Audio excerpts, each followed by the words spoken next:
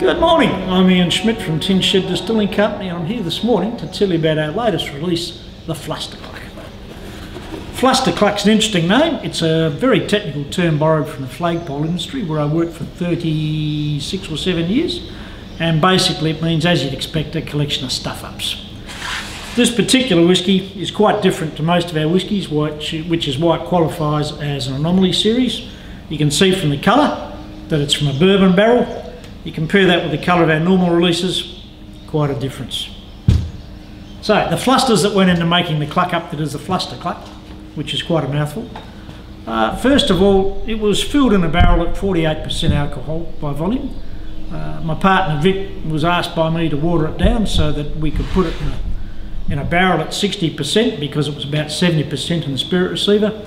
Vic misunderstood what I was doing and thought I was asking to water it down to be redistilled for a third time. As a result, I caught him at 48% and we said, oh, stuff it, we'll just put it in a barrel at 48% and see what happens. So that was the first, actually that was the second fluster. First fluster was when I said to Vic, let's use some peated malt. We'll peat it ourselves, and the way we did it is the Lark method, where you take dry malt and you then add a bit of smoke in a box and it comes out peated, and you then do the crush, you mill it, then you do a mash, and then you ferment it, and then you distill it twice and it comes out a bit smoky smelling.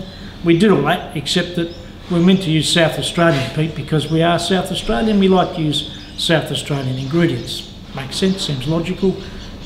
No. Vic picked up a box of peat, or a tin of peat, from the Highland Moors of Tasmania, collected in 1932. So he used the wrong sort of peat. As an interesting aside, the peat was collected in 32, which if you think about it, is pre-atomic age.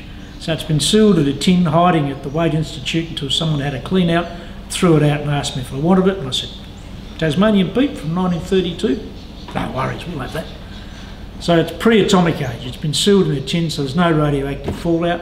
The fallout that I suffered under as a young lad, born in 1956, I was born in the radioactive cloud from the Maralinga explosions. Great stuff. Anyway, so it's different.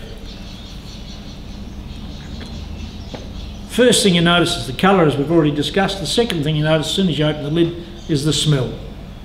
Smoke. Nice glug as we pour it. Oh, something else I forgot to mention. You notice how easily I undid the wax seal? We've changed wax suppliers. The downside is we sometimes get a bubble in the wax. The plus side is no more cut fingers trying to cut the wax off. We had a couple of customers to whom that happened, and in fact it actually happened to me, so that was an impetus to go ahead and get a different wax.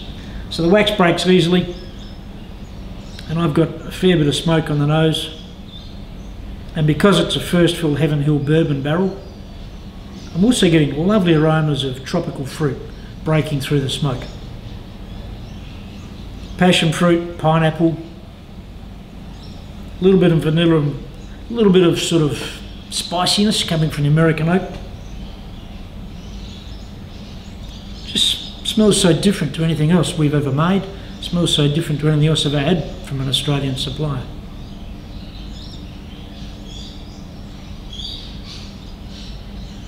Wow. Big hit of smoke. Very reminiscent of an Islay whiskey, but following straight away almost with an explosion, a confusing explosion of flavours. There's a lot happening and it's starting now to normalise and become sensible and understandable. Oreo chocolate biscuits is what I'm getting on the palate now. I'm getting caramello chocolate as well. Also getting the vanilla. Well, some of that pineapple, it just persists. And the smoke wafts in and the smoke wafts out. It's pretty yummy actually. And the finish is just lingering. It's still there. And the smoke's coming back. Now the Oreo chocolate's coming back. It's very different to any whiskey we've ever produced before. I really like it, and I hope you do too. Cheers to the Flustercluck.